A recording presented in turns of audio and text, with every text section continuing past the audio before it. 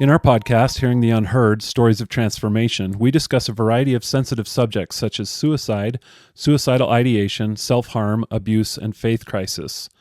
Viewer discretion is advised. Hi, and welcome to our podcast today. I am your host, Maria Hunsaker. I am just subbing while Eric gets some time with his family. And so I am excited to be here today with my dear friend, Lori Reynolds. I have known you, like 10 years, right? Yes. It has been a while, and I've already got my tissue just in case. So I am really ready for this. So I'm excited for you to share. You have a lot of insight and wisdom, but why don't you tell our listeners a little bit about you? Wow. Okay. This is so fun to be here. I'm excited. I finally feel ready in my life. And because I know you so well and you're my friend, I feel comfortable. But yeah, I was born and raised in Ohio, a Midwest girl, and came west to go to school. I went to BYU, got my degree there, married a man at BYU at my senior year, traveled all over the world, had an amazing experience in life with the Air Force. Unfortunately, when I was about 30, he was killed in action, and I had a 2-year-old little girl at the time. So I immediately was a young widow and forced to raise her by myself. Mm-hmm. And so those were some rough years, some dark times in my life. But I finally got to a good place through all that. And then I remarried at that point. And that was, so my first husband died about 31 years ago. Okay. And then I remarried and went into a whole new experience, into an abusive marriage.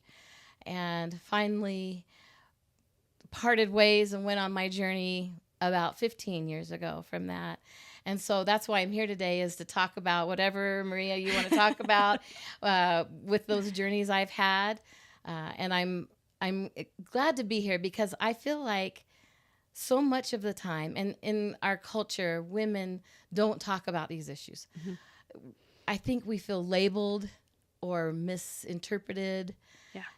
And I just want to take stigmas away and try to help people have hope and resilience through trials. Yes. And I want to say I am happily married to an amazing person now, and I have come full circle in my life. And I can talk from a place of strength now and a place of healing now. And so whatever you want to ask me at this point. Okay. So, well, let's go back to your first husband, right? Yes. Mm-hmm. How old were you? When I was widowed, when I married him, I was 23, widowed at 30. Okay. 31. Yeah. Okay. 30. Yeah. Yeah. So let's talk a little bit about that. Like, where were you? What was going on? Yeah. So we had left BYU, done training all over the world. We went to training in Texas, New Mexico, Florida, then to Holland. Okay. And in Holland, that was just a glorious experience. Europe is amazing. And he rose to a great,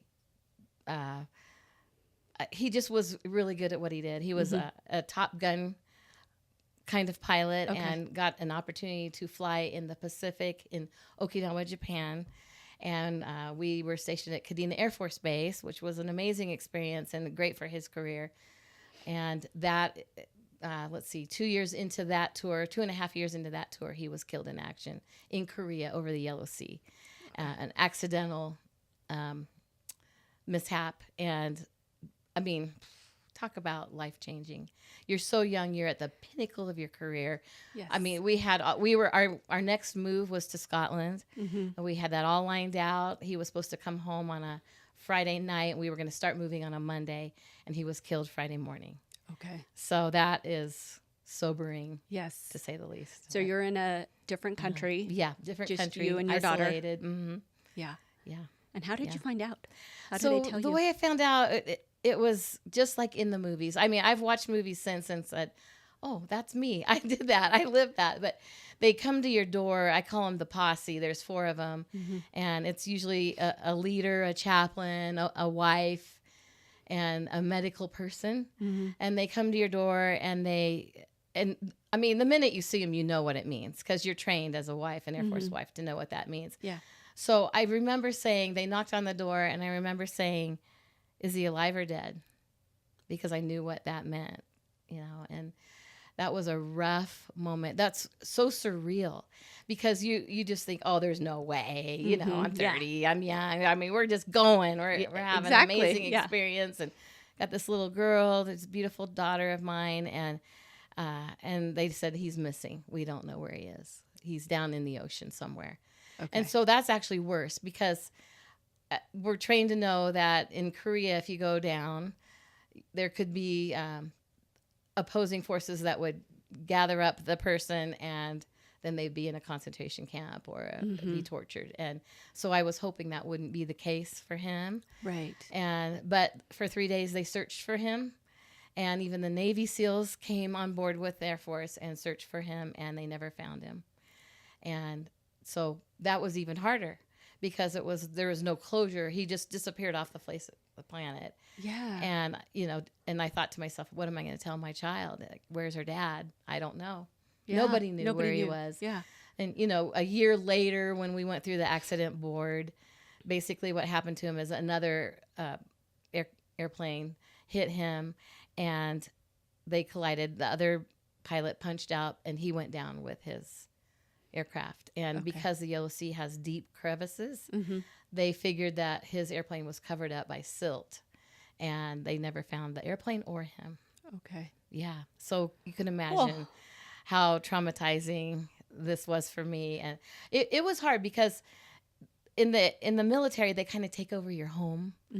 And so they came in, they took over our house, our home, and they manned I couldn't even talk to my parents.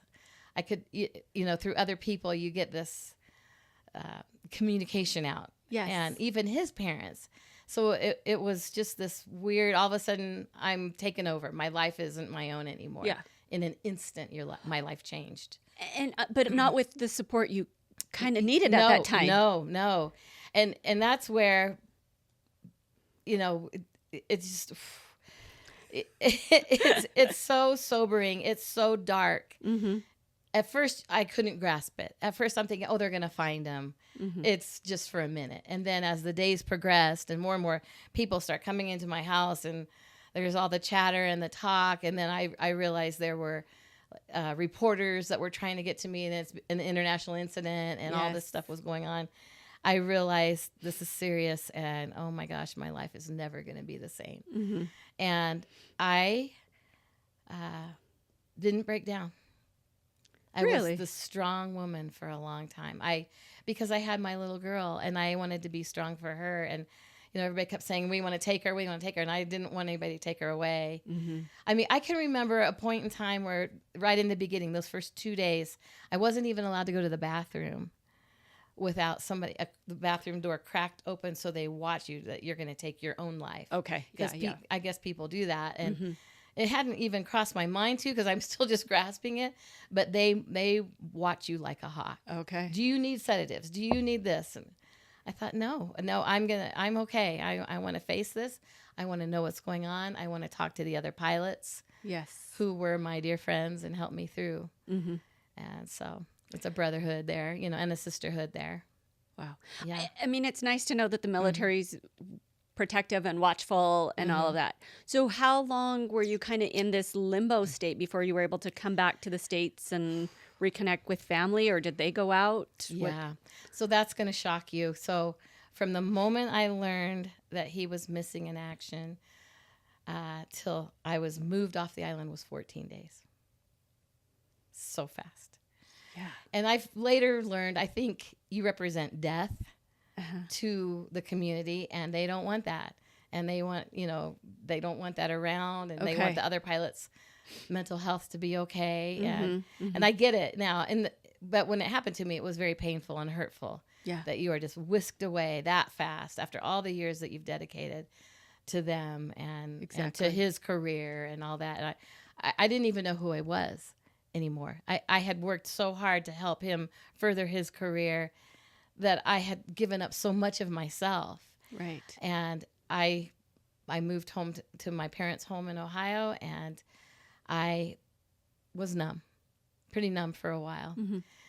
And just had to refigure out who I was, my identity, what I even wanted out of life, because it wasn't about me ever.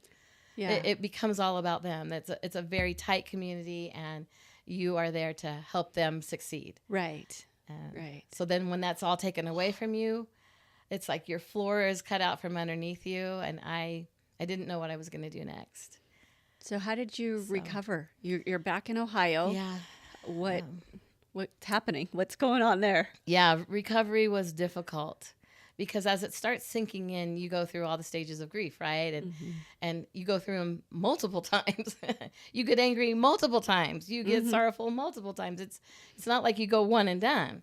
Right. And I went through all those things. I was angry because he supposedly was gone. Was he dead? I didn't even know for sure. Yeah, we had a memorial service in Japan, and then we had a memorial service in Utah where he was from, and then we had a memorial service at Arlington National Cemetery. So I was forced to go through all this stuff. You're in the public, all these people, you're consoling the pilots, you're consoling everybody but yourself. And so you're just putting on this strong face. I was strong, I am strong, but it took a toll on me, and for sure. And I think I just was numb for a long time, for probably many months. And it wasn't until I moved back out to Utah, and I had a couple of my sisters move in with me, and I started a new life in Utah in a home that I bought with my little girl. And it wasn't till probably almost a year later. Well, it was, about a year later, I really felt it. Okay. It took that long for me, Maria. It's just sad.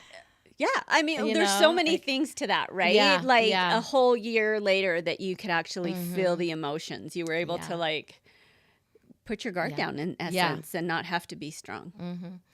I had just this huge epiphany of who your true friends are. When you go through trials, it's a defining time for you and the people around you, your family, your friends. My Air Force friends, they love me and they were there for me, but I'm now a third wheel and I now represent death to them. Yes. And I wanted them to be healthy and mentally strong. They had to keep their careers going. And so you kind of disappear out of their lives, which is so sad because that's all you know for years. And so to rediscover your life and who your inner circle is, that now becomes your next thing, your next stage. And I had my 2-year-old, she didn't really understand. 2-year-olds don't understand that all of a sudden dad's gone and they don't really know. And it was just like this morphing of life into a new life of just her and I. And I felt like so much it was her and I against the world. Yeah. I went back a year later to Okinawa and we dedicated a street in his name. And they put his F-15 on display at the entrance of the gates there of the base. And that was a huge honor and amazing. And one of his brothers went back with me. And that was a healing time, but also really awful. It was both feelings. Okay. Because you realize the loss, the largeness of it all, and the loss, and that life that you had worked so hard for is never going to be your life now. Right. Now it's gone. Yeah. And then I went to BYU and we dedicated a lounge in his name, and we did a whole bunch of honors there at BYU, and that was really neat and wonderful. But I really feel a lot of it I was numb through it to survive it. Right. Because sometimes the emotion of it all is so much that you shut off to do it. You can't actually feel it all in that moment. And so it was later I felt it. And, I probably had a good crash, probably a year to a year and a half later. Okay. I crashed. Tell me about that crash. Yeah. So I just it felt dark. It felt, they say you go through all these stages, and anger is one of them. I felt really angry. For the time, the money that had been put into his life and our career, and just to be thrown away aside so fast. Right. 14 days. Yeah. It was, I was angry, and I was hurt and sad, and I just felt so sorry for my child, who she's never going to know him. He was this wonderful man, and just exuberant personality that she would never know, and it hurt me for her. So I felt my sorrow for her too. I felt her sorrow that she didn't even know she had yet, and my own sorrow. Right. And I felt kind of dead inside, and you just kind of are in this limbo and hurt and anger stage. Right. And it was then I went to some counseling, and I just said, I have to move past this, but I don't know how. I don't have the tools to move past it. And so I learned that it's okay to have all these feelings, right? But you don't want to live and stay in those feelings. You can't camp in mad. Okay. You can't camp in sorrow. You can have them, and you need to move on. I had to learn that skill. And that helped me so much to not they say you can be bitter or better. And I've always tried to help my girls to know to be better and not live in bitterness. Right. So, I think that's huge. That's really powerful, right? Yeah. Don't camp out. Yeah. But that's easier said than done. Very, very true. Because there's days when, a birthday, the first Christmas, all these things that are like, he would have been there, and you're all alone, and you're just all alone doing it, and it doesn't feel as fun. Some of the maybe shoulda, woulda, coulda. Like, what would it look like if he was here? Yeah, or, right. I remember the day she went to her first school, first day of school, and just it was so sad and happy. Yeah, there's a lot of sad, and you kind of claw through it because you have to. I think she saved my life because I tried to still live and eat good food, take a shower, eat, go to bed at good times, and keep a routine for her. That it forced me to have a routine. It forced me to get up in the morning when I felt like not getting up in the morning. Okay. So she was a big part of my healing. Thank goodness I had her. Right. Yeah. Yeah. That would be hard. Yeah, it was hard. Okay. So you're in Utah now. Yep. How long before you met? So it's been about 5 years. I thought I was in a good, healthy place. Okay. And I was just doing my thing, and met another individual, and felt like the world was promised to me, and all would be good. Okay. Got married, moved to Idaho, and started a new life. And it was shortly in that I started realizing, I'm a couple years in, realizing, yeah, I'm in trouble, and I didn't know what to do because I wasn't fully healed. Okay. I realized I wasn't fully sure of who I was. I wasn't. I thought I always thought the best of people. I still do, and I thought that's why we're friends. You still think that I'm the best. No, just kidding. You are the best. I thought all people were good. I didn't even realize. I mean, so naive looking back on it. I didn't even realize people were abusers. I really didn't. I hadn't experienced it. Yeah. And I hadn't experienced people who wanted to take your money or hurt you to make themselves look better. I really, truly was naive. And I went into that marriage very naive. I think he saw dollar signs. He saw all that and maybe tried for a while, and then found out later he had no interest in trying to make a good marriage. But he beat, I was beat down brick by brick. Yeah, abuse doesn't happen like in one big it was taken event. away from me. It's little by little. I'm confident now, but back then I wasn't as confident, and just piece by piece, pieces of me were taken away. Isolated, far away from my family, right? Okay. Little pieces of my money were starting to be taken away. And I'm sure for all good reasons. Right. Really all reasons. Good reasons. Yeah. Told I didn't, I wasn't skinny enough, pretty enough. All the things I'm not enough, but so slyly done that I didn't realize it. for a long, long time, until all of a sudden I realized it. And then I didn't have any strength to fight because so much had been taken away from me. I didn't see a way out. Yeah. And I think that's the way with a lot of abuse. You don't see a way out. And so you just stay in it. Exactly. Yeah. And I just want whoever can glean something from what we're talking about today. There's a way out. Please get out. Yes. Before you get so deep in, you can't physically or mentally feel like you can. So there are resources, right? Right. And it is hard, and you may not know, Yeah. but there are resources available in many communities, and Right. And there's shame in it. Because I'm totally. like, how did I get here?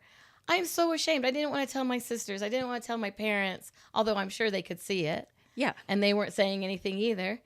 I think there's so much stigma and abuse. That's why I'm here today. Because there's so much stigma, we never talk about it. We need to talk about it. Exactly. And we need to face it and help each other. Yes. To get strong and to be able to get out of situations that are unhealthy for us. Yeah. Yeah. For sure. So how did you get out? That's I mean, you said you felt like you were so beaten down. So beat down. What? I can remember at one point calling a family member and saying, at that time there was a woman named Lori Hacking who her husband killed her and cut her up into pieces and put her in a garbage bin. Okay. And I can remember I called an individual and I said, if I end up like Lori Hacking, fine, go look in a garbage bin for me. Because I felt like that was going to happen to me. Because it was getting really dark. It was. I was afraid. I had been hit a few times. There had been a gun. He had bought a gun while I was away on a vacation, and when I came back, because he could feel I was kind of getting stronger. And he put it on the bedside table and he patted it one night. Never said a word, but that spoke volumes, right? For sure. So I'm in fear now. Yeah. And I'm thinking, I don't know how to get out. I don't know how to get out and get my children out safely. Okay, because now you had 2 kids. I had 2, yeah. Okay. So I had one child with him and then my first child with the pilot. And so you're trapped. Yeah. And you don't know a way out and still live. So I'm just going, okay, I'm trying to figure it out. I started doing some investigating. Luckily, my first daughter, she was a teenager by now, and she was savvy on the phones and started helping me figure some stuff out. And we started doing a little investigating work, and I figured some things out, that he was having an affair. He was living 2 lives, a double life. I didn't know how bad it was in the beginning. I just knew a few things. But it was enough to say, Lori, you got to move on. You got to. And so I had a family friend who was a lawyer, and he helped me. And he says, I will help you, but you have to do everything I say, or this is going to backfire on you. So I'm going to give you all the steps. And he was actually a divorce lawyer. And he gave me all the steps. And he says, on this day, you make your break and you leave the house. And he gave me all the steps to do it. And I was so beat down that I just almost like a doll. Puppet. I just did what he said. Okay. I followed all the steps, and I made a break, and then family members started getting involved, and they helped protect me and my daughters. We had a safe haven. We spent a night or two in a women's shelter, hidden. Okay. And talk about I mean, I've already been low. Yeah. Right? In a dark place in my life. And now I'm below low. Okay. I'm like the woman who has just in the darkest of abyss. Trying to hold it together because I have these beautiful daughters. Yes. And going, I don't know if I can survive it, And that's where really, truly wonderful family members, who were actually the family members of my first husband, came to my aid and buoyed me up and protected me. Yeah. My brothers-in-law protected me and took me in to their homes and said, we are going to get through this. We're going to protect you. and we're going to get you out of this, and we love you. So. Oh, no, you're good. I got mine. I already have mine. So wad it up. And so that's how it began, the process. And it was so scary. And that's why I'm here, because I know how scary it was for me. And I know there's other people out there who are in that kind of situation, and they're terrified and they're in really dark places. And I'm here to say you can do it. And there's people who will help you. Where did you find courage? Where did that? It is really, truly, once again, my children. Okay. Because I thought, I can't leave them in this environment. And I have to show these beautiful women of mine that there is a gorgeous life for them out there. And I'm going to show them by finding my own gorgeous life. Okay. But it's so scary because at this point, I have nothing left of me. Right. My self-esteem is gone. I'm embarrassed. I have complete shame. He has taken all my money. I didn't even have a really good car. And I mean, it's just so devastating. Right. And I guess the word is hope. Your hope is taken away. And so through the family and friends, just like brick by brick, all my hope got taken away. Mm-hmm. Piece by piece, my hope was given back. Okay. And, it took years to find myself and to believe in myself again. But I did a lot of what I did for my children. Right. It wasn't until after I was separated and out of that for a good few months that my youngest daughter told me about the abuse that she had been through. And at that point in time, you hit another level of low. Because you had no idea. Now I didn't protect her. Yeah. Because you had no idea I'm a that terrible mother because I didn't protect her from the abuse. Right. And that I didn't know was going on. And now I'm finding out. And so the low self-esteem became completely no self-esteem. Mm-hmm. You're a loser as a mother. Even though I'm sitting here trying to protect my daughters, I think I've failed in every part of my life now. Yeah. I've completely failed. And so that's a really ugly place to be, Maria. It's can't begin to imagine like what you felt during that time. Yeah. And that low. Yeah, it's almost a blur because I think I've blocked some of it out because it was so awful. Right.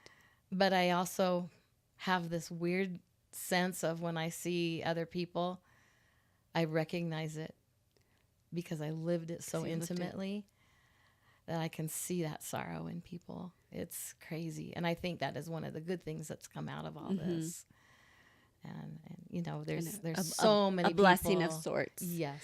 So how do you use that blessing for others? Like if you can see it, like, and are there clues maybe for us to maybe the people we love are in an abusive relationship? Right. How do we maybe help them? Yeah. What are some signs maybe we could look for? I think you deny when you're in it. Okay. And so our family members will deny, and even if you question them, they'll say, "Oh, I'm fine. It's not that bad, really." But you can see people when they kind of start isolating themselves a little, or maybe they don't come around family things, or their abuser doesn't want them around family things. That's a sign. A sign is they go away for long periods of time. They try to control you every move you make so that you don't talk to people. There's those kind of signs. There's sorrow in the eyes. There's sorrow in how they hold themselves. There's a way that you carry yourself, and for me, I just acted like everything was fine and it wasn't. And I know my family and friends saw it, but probably believed me. Yeah. And I think it really has to come from the individual themselves realizing, oh my gosh, this is bad. Could anyone have said anything to you to make you realize like how toxic that relationship was? Yeah, I think my mother did it. Okay. Because my mom knew me best. And she would always say, "Are you okay?" And she asked me for months. And what would you say? "I'm fine. I'm doing great. I'm fine." And then one day, it was a particularly bad day when it started getting really bad.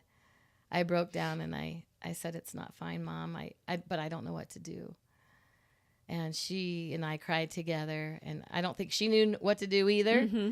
But it was the first time I said it out loud. And that was freeing. Okay. To say things are not okay. Yeah. And so that's kind of, where it started for me. Right. Is saying out loud. Yeah.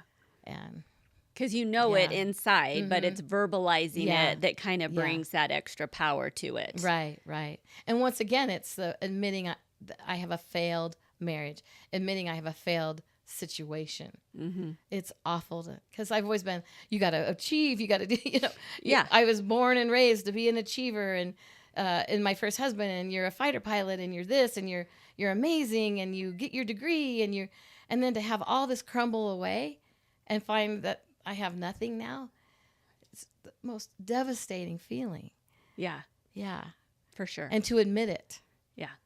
Yeah. And say it out loud. That would be hard. It is hard. Okay. So now you've left him. You did what the attorney Right. said.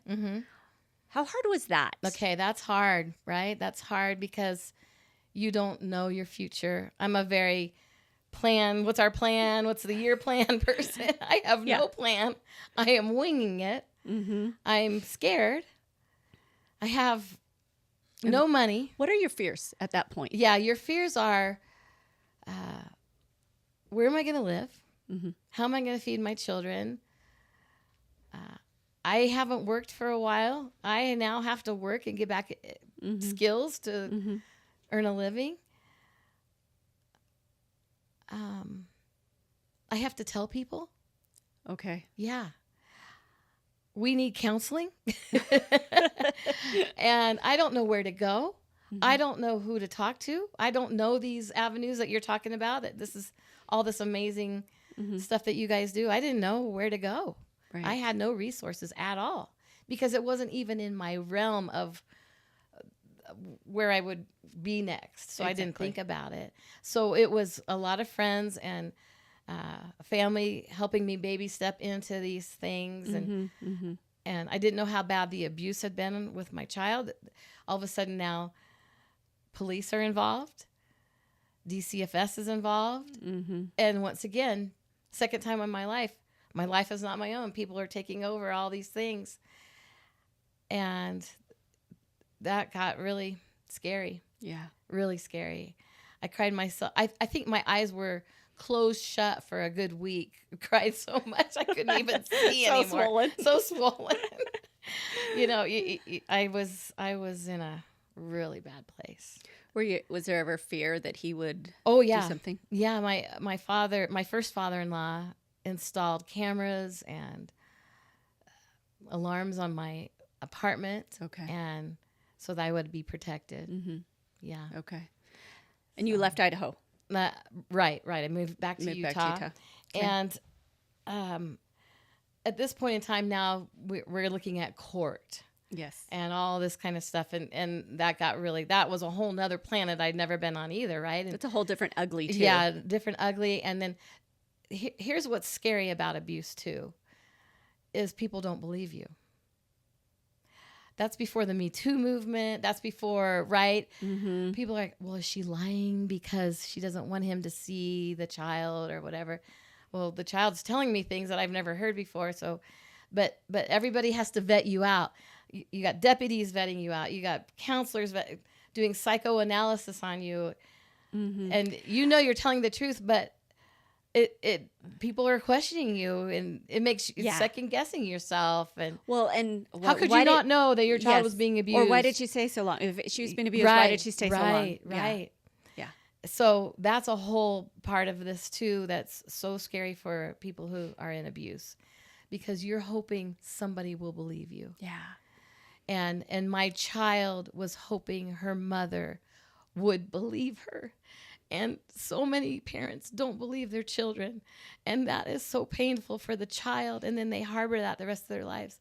Yes. Children don't make up stuff, especially littles. Yeah. They just don't even know. She didn't even know the right words to tell me. It was so innocent and sweet. But I knew she was telling me the truth, and I believed her. Yeah. And some other family members had been abused by the same individual, and they came forward, and so that helped so much. And then we kind of had this little community of support, and other people have been through the same thing in the family. Was there comfort in knowing that no, you weren't alone?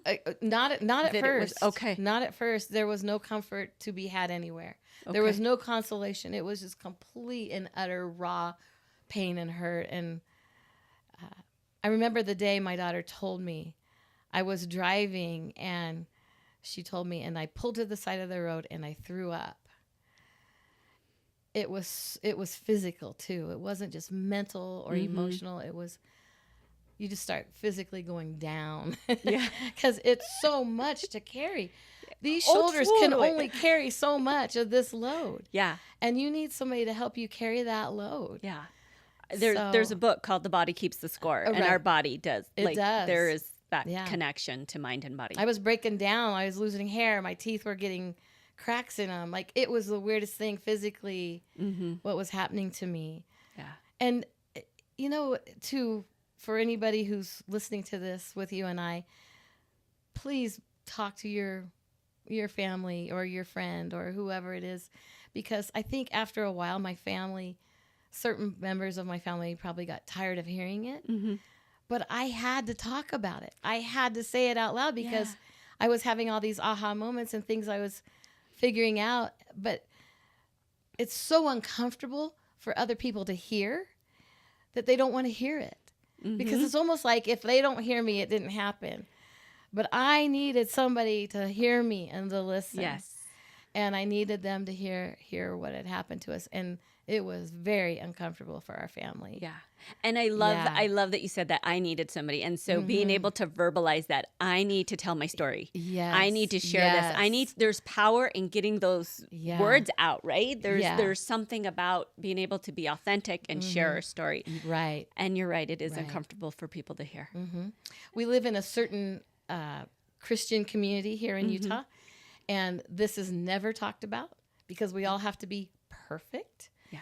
And so how embarrassing for me, you know, a leader in the church or whatever, and all this has happened. And so will people even be my friend because I'm supposed to be perfect? Well, I'm flawed. I'm so flawed that I'm broken. But I've had, you know, opportunities to serve in the church. And it wasn't until I moved to a whole new location that I regained that belief and healing that I needed to get, and that people didn't judge me as some broken, flawed woman. Okay. Right? Yeah. Because that's important too. And that my children weren't broken and flawed. Right. That we actually have grown and are stronger for it. In that moment, though, we weren't. And those key people were there in those key moments. Okay. Yeah. I like that. Key people. Key people. And they're the people you don't think. Yeah. And don't expect. Right. I went to a counselor during that time. It was a woman counselor, and she sat me down and we did the circles. We did what I can control and what I can't control, right? And you know those things, but you need somebody to point them out. Yeah. I can control what I eat. Very small things really can we control what I help my girls with, but I can't control what other people think of me. I can't control so many things out there, perceptions, what's going to be the outcome of this. Yes. Out there, what the courts will decide. I couldn't control that, right? I could only control what I can say or do. And so it helped me to realize I had to let go of some stuff and just work on our inner circle of us. And that was super helpful. So she was a key person in my life that helped me put that all in perspective. Yeah. Yeah. So I'm grateful to her. Yeah, that's good. A good therapist can do that for you, right? Yes, they can. And sometimes take away the stigma of I'm going to a therapist. Right? You know? Yeah. Because I had never in my life gone to a therapist, and here I am now. And I remember one day she said, "You're not broken, you're bent." And and you're going to get back. Yeah. And you're strong. You're fine. You're Right. going to be okay. Yeah. She could infuse belief into me. Yes. Yeah. There is a Japanese artwork called kintsugi or something like that, right? But they take a broken pottery piece Ooh, and then they put it back together with gold.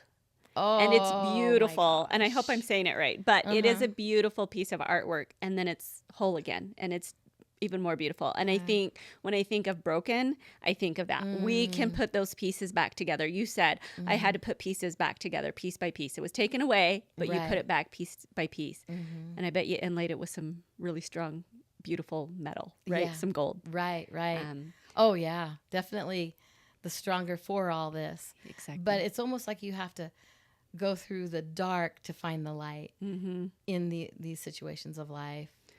Yeah. So you mentioned faith a little bit about Yeah. the community, your Christian community. Tell me how faith maybe helped you navigate some of the trials that you went through. Yeah, I think that helps a lot of people. I have other widow friends in the military, and that's a certain community of women too, and they're of all different religions and all different places in the United States that have lost comrades in arms too, and they all have relied on their faith. Their faith has helped them. In fact, they helped me, and they said, "You need to get on your knees." Well, I'm too angry to get on my knees. The Lord doesn't love me. There's no savior. What? You know, you're just mad. You're not even thinking religion. You're not. And they had been down the road further than me, and they said, "Lori, get on your knees." And they're not of my personal faith. They were of other faiths. That's why I love that community of women that I know and their strength, because we all have our way, and they taught me to refine my way, to get on my knees and to be vulnerable and to not say, not pretend like I'm perfect to God. Okay. To be broken to God and to let him heal me. That's where my truest strength came from, because you can only go so far in life without kind of giving it up to God, because there's certain pains and dark places that I for me personally were not healable until I could just throw them down at the Savior's feet and let him heal me. There were pieces of me that were really broken that I had to let go. And one of those is anger and hate and resentment. And I had to let that go so that I wouldn't be a bitter, bitty woman. Because I didn't want to be that. That's not me. That's not you. I'm a happy person. I was born that way, to be happy, and I love people. And I think as time is a healer, right? I started seeing other people going through stuff, and my heart went out to them because I knew that sorrow. It's one thing to have book knowledge of something, or to read about Jesus and healing, or psychological principles. It's another thing to live it, to overcome, and to move forward. And that is a whole different page in your story. Right. Because it's a page of actual facts and feelings, and you can't fake it. I came out of this just wanting to be authentic and just wanting to turn my life into some kind of a way to bring light to other people, because that darkness is so dark that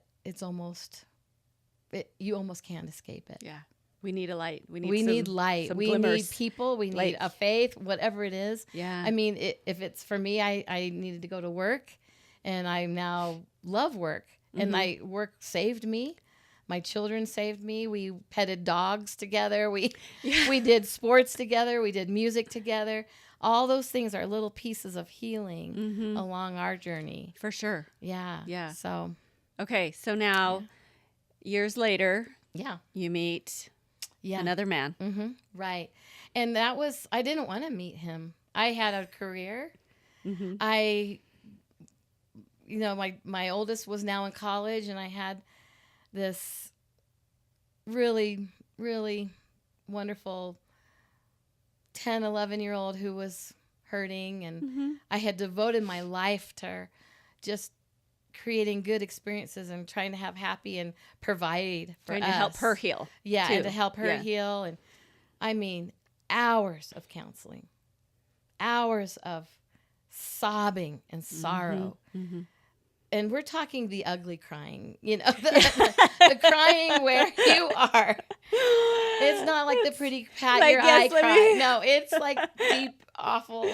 Deep. Yeah. Yeah, it's ugly. The mascara's running Yeah, down. right. And we're on the floor, we're in bad places. Okay. And though it's scary. Mm-hmm. This is scary. Abuse is a scary thing. And what it leaves, the residuals of it. Right. Now I still don't really have complete self-esteem.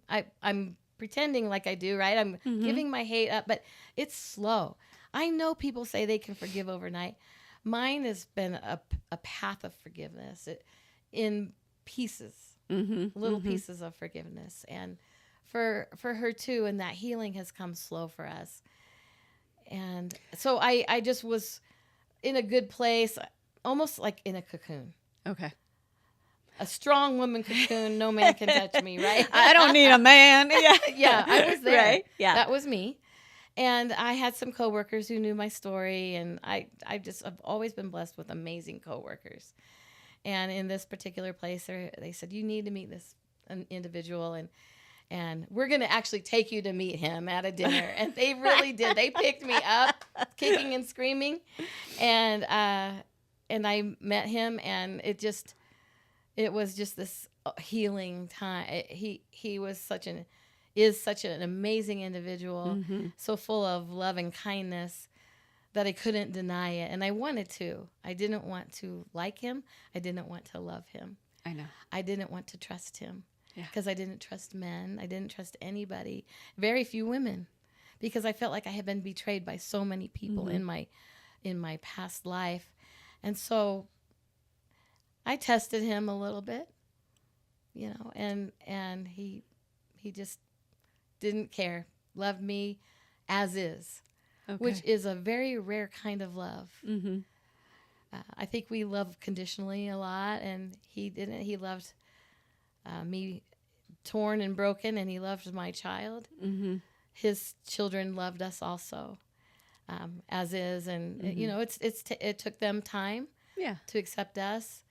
But they are just an amazing family, and through them and through him, we have healed. And not only healed, but they talk about PTSD and post-traumatic, but we have post-traumatic growth. That's where we have come. And we are in a safer, stronger place that we now want to help and to assist other people in their journeys wherever they are. Right. How broken and how ugly it is. Yeah. So it's broken and ugly, crying and all. Yeah, right. Yes. These shoulders, right? Yeah, those shoulders right. can handle the crying. Yeah. It's been a journey of my own personal self-worth. And I still doubt myself sometimes secretly. I'll go back to an ugly place and I have to yank myself back. Yeah. Yeah. That's huge. Like recognizing I'm getting to ugly and I've got to pull myself out. I have to constantly do that. I mean, that's where my friendship with you's come in. Like, it's just easy. Yeah. It's not anybody. You don't expect anything from me. You haven't asked me to be perfect ever. You haven't treated me that way. And we do that to each other. In the community, we all think we have to be perfect. We don't. Yeah. We can just love each other where we're at. I've listened to, I'm sure a lot of people have heard of, he's a wrestler. He wrestled for UVU, Ben Kerr. And I love this analogy. He takes a dollar bill and he says, how much is this dollar bill worth? And he asks the audience, and then he crumples it and he stamps on it. And then it's all ruined. And he goes, and then he puts it back up. How much is it worth? It's still worth $1. And I saw myself in that. I saw myself that I was the crumpled, beaten down dollar bill, but I still was $1. Yeah. I still had worth, right? I love that. And I think we forget it so easily. And and that's what I hope people can realize about themselves. They still are worth something. And you know, we self-harm by all different ways. We self-harm because we don't think there's anything worth of us left, you know. Yeah. And it could be like overeating, it could be not eating, it can be overspending, it could be drugs. I mean, you know, it's so many things. Our words, right, I think those are like the most dangerous. Self-talk's huge. You know, I mean, for so many years, I would look at myself in the mirror and go, you piece of crap. I mean, I would never say that to my child. Right. You piece of crap. But I say it to myself. And that's just so painful that I did that to myself for so long. Yeah. And instead of saying, you are beautiful, you are wonderful, it was so hard to look at myself and say that to myself. Yeah. And I think you have a journey to get to that too. Mm-hmm. Yeah. It takes some time. It takes time. All these things take time. And practice. Yeah. And practice. Yeah. Okay. Yeah. Real quick, how long have you been married? I've been married 11 years. 11 years. Mm-hmm. Have they been just fabulous, amazing? Actually, no trials. It has been amazing. It has been amazing. Good. And I the difference in my marriage is the peace. There's just a complete peace and a complete trust, which I didn't know existed. And I am so grateful for that. Yeah. Just kindred souls who trust each other and love each other no matter what. Yeah. And that is a beautiful thing to get to in life. And I never thought it would be mine. Yeah. I never thought in a million years I'd have that. I was ready to go to my grave, an old, bitter, probably woman. I don't know what I would have been. You were going to be bitter, not better. I don't know. I would have my little, I'm an artist. I would have my paint. I'd have my chocolate and a good Netflix. And I was going to live out my life, right? A couple cats, maybe. Yeah. And just be alone. And this is a whole different thing. Yeah. A whole different thing. Awesome. Yeah. I'm pretty sure my husband has a man crush on your husband. Like it's probably reciprocated, both of them. I think so. They love each other.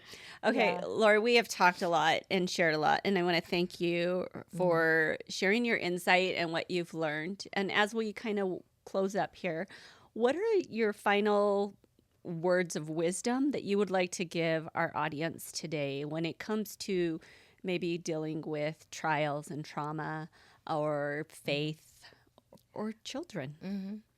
Wow. Whatever you want to say. Oh, gosh. Words of wisdom. Yeah.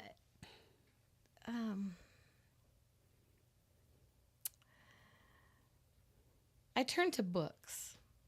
Okay. Books have become my friend because in the beginning, books can't harm you. They can't judge you. They can't hurt you in any way, and they're safe. And you can go in a quiet place and just read. For me, they've been very healing. So, and my husband's a very prolific reader, as you know. And so I read a lot. I still do. Good. And I don't just read self-help or scripture or whatever. I read everything, all kinds of things. And one of my favorite books is Jane Eyre. And in there, Charlotte Bronte says, "You are not your wounds."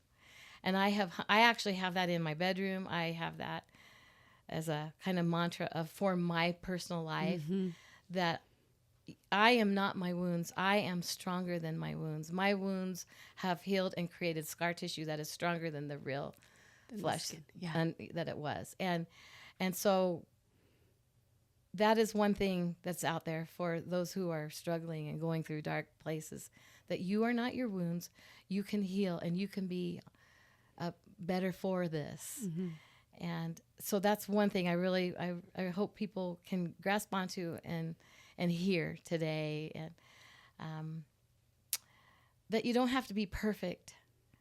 Perfect people don't need a savior. Perfect people don't have to go to church. We need to go to our religious place, our sanctuaries, very imperfect, and let that day heal us, whatever that day is, your synagogue, your church, your whatever religion you're in. And you don't have to look a certain way. You can go in your, I don't know, you can go in your pants. You can go however you want to go. Just get there and find some sense of healing from a higher power. I really believe That was a key to my journey. And, I think I've had this said to me a lot. Why do bad things happen to good people, right? Because I think we're one of the good guys. My family, my girls and I, we're the good guys. And why did bad things happen to us? Because that really tripped me up for a long time. And I don't know that I have the perfect answer to that. But I do know that why not us? Because we are an amazing group of people in our family. I have the most amazing, resilient children that have, they've shown me just something I never thought I would experience in my life, of resilience and the ability to fight and to cope and to have hope in their lives, and to not live as scarred people. Yeah. They are living as strong, healthy individuals. And so they've been this great example to me in my life that we can go on and we can flourish. Because I think a lot of times, I know in the beginning of all this abuse and this sorrow, I never thought I could have just a healthy life again. I thought I'd be some version of not too messed up. Right. Yeah. Yeah. But we've come through it. And yeah, you're going to have these moments. Yeah, we're going to have setbacks. Yeah, we're going to have medical issues. And yet, because of the past trauma, we're better able to handle those new things. So why do bad things happen to good people? I think it's just life. I think life isn't fair. No. And we need to get over that. That, why is all this happening? It's not fair. Life isn't fair. Yeah. So move on. Yeah. I always told my kids yeah. fair is an F word. Yeah. And we don't say it. That's good. That's good. Yeah. We just don't say it. It just isn't fair. I think that we can find humor in our sad. I'll never forget. We're sitting in the courtroom for the trial for the abuse, and it is so heavy and so ugly that you can't even breathe. The room is so thick. The air is just, and days of time in the trial. And at that point, we had Baca came and helped us. That was the bikers. Okay, the biker, yeah. They were amazing. And I had never really hung out with bikers and people that were tatted up clear into everywhere. And I have to say, I was judgmental of folks like that. And boy, did I learn that they became my best friends during a really crucial time in my life. In fact, there was one point in time where my daughter was having such terrible nightmares and she was becoming dysfunctional. I was extremely worried. And she was in fear that he would come and hurt her again. Of course. And so they would position themselves, 2 on our back porch and 2 at our front door. And they would stay there all night and protect us. Wow. This is till we got things in place, alarms and stuff. And guess what? None of my religious friends did that for me. But the bikers did. And so I had a whole paradigm shift, right? But anyway, in the course of this, and the Baca's in the house, and we've got all this stuff going on. It's like crazy going on. Yeah. And people who were going to testify, we were kind of all in different rooms, but kind of together in different places. And I had this bag that I just had crayons and markers and treats in and water and all that. And I pull out, I dig in the bag to get a treat out. And here comes this banana. And it was a flattened black banana that had been there for months. And it was like a petrified banana. And I bring it out. And we just cracked up laughing. And we needed to laugh. Yeah. Because it was so heavy. Yeah. And so find the humor in your journey, because you need to laugh. Yeah. Laughter is healing. Laughter can help. So healing for you. So and true. I remember one time my boss sent me to a comedy show, and how healing that was to go to that comedy show. And he knew I needed it. And so that's something. And that sounds really weird, but you need it. When you're a widow and you're in your sorrow, or you're going through a cancer journey or whatever, you just can't laugh anymore. It's almost physically impossible. And that was helpful to me. Eating, sleeping. So I remember when my first husband died, I lost 14 pounds in 7 days. Oh, I stopped eating completely. Yeah. Not on purpose. I just stopped eating. It was so much trauma and all that was going on. And I was in a bad place. Yeah. My skin was gray. I wasn't healthy. And I remember a friend bringing a chocolate cake because I love chocolate. She brought a chocolate cake. And it was the first thing I ate in like days. And it tasted so good. And then that night I slept and oh, you eat and sleep? Oh, I forgot about that, right? Yeah. But your body needs it, and your brain and your mental health needs you to eat and sleep. Exactly. And exercise, get outside. Yeah. You kind of, I remember a few times where I would just lay in a bed in the fetal position and just my eyes swollen shut and I can't function, right? And you have to get outside. You have to get up and brush your teeth and try to function. Yeah. If nothing else, make one motion toward it. Exactly. And then make 2 motions toward it the next day.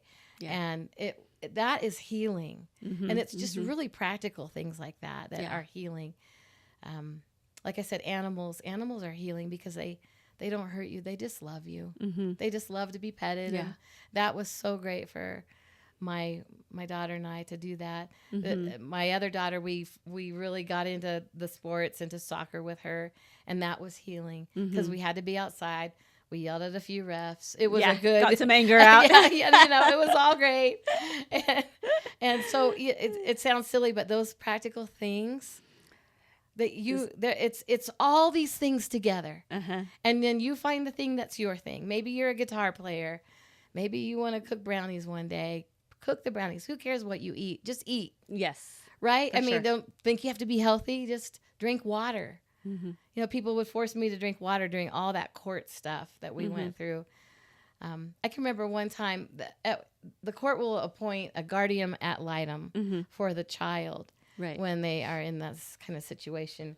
And ours was amazing. She was she was like an angel pit bull that protected my daughter. And I remember I was so focused on her that I never really thought of myself. I really didn't. And I remember her looking at me and goes, "When's the last time you drank water? When's the last time you slept a full night?" And she was so sweet to ask me, because it was really not about me. But I hadn't. And so she helped me like take steps towards doing little things like that. I think sometimes, in the moment we forget that it's sometimes those little things that really will have a big impact on us. Yeah, because we're so overwhelmed with other emotions that eating isn't a priority, or drinking. And then we're like, oh, wait. Take someone maybe to help us.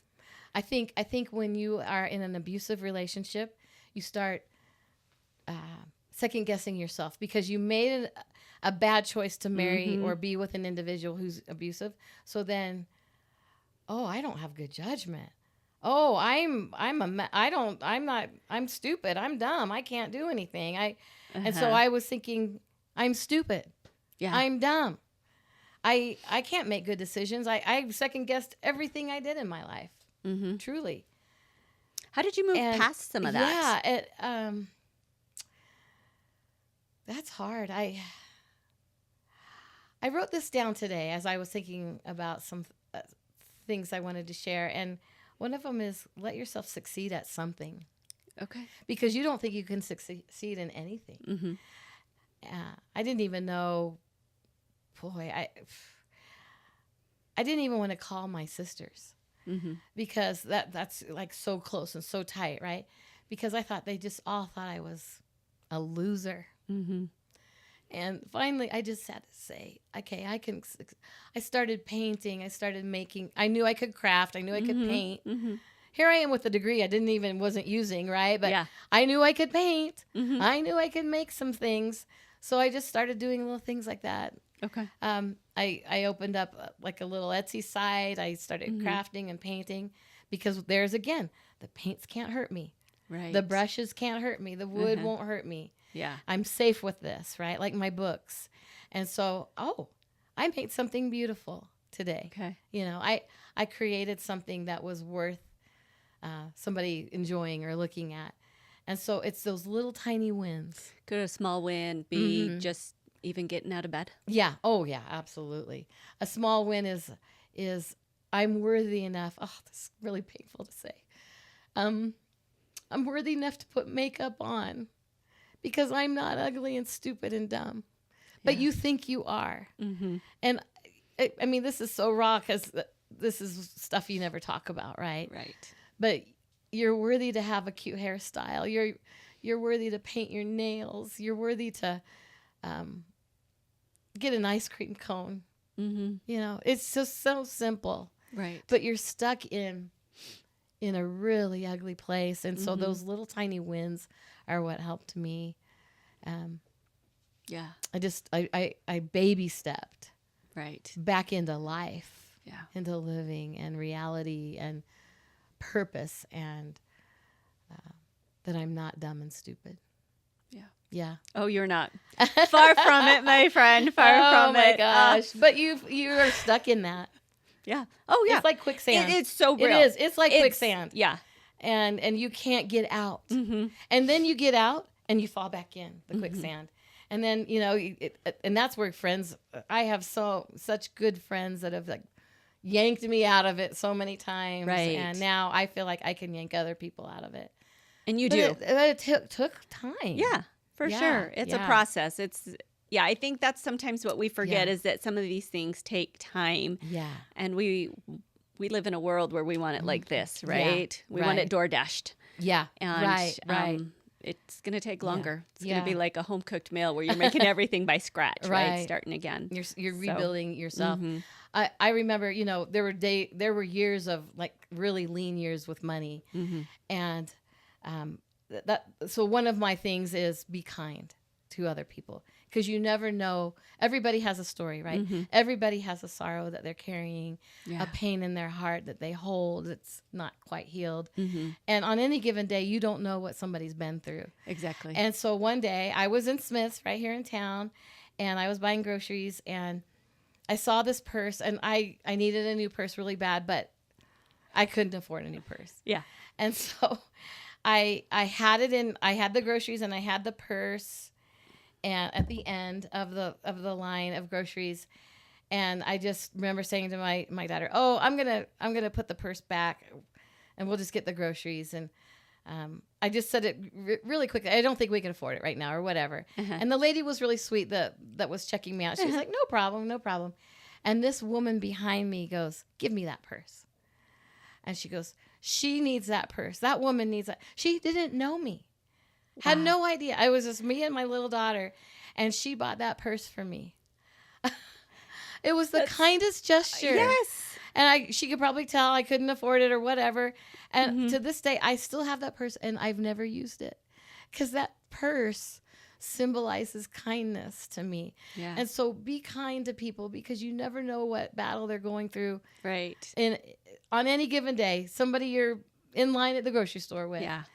And that kindness has never left me. No, those glimmers, those God winks, whatever you want to call it. Well, Lori, thank you so much for sharing your story. Yes. I've heard it before, but I still learn so much from you every time you share a part of who you are. So thank you. Thank you for joining us. Oh, sorry, I was really good until the end. Thank you for joining us, and we hope that you will come back next week for our next podcast.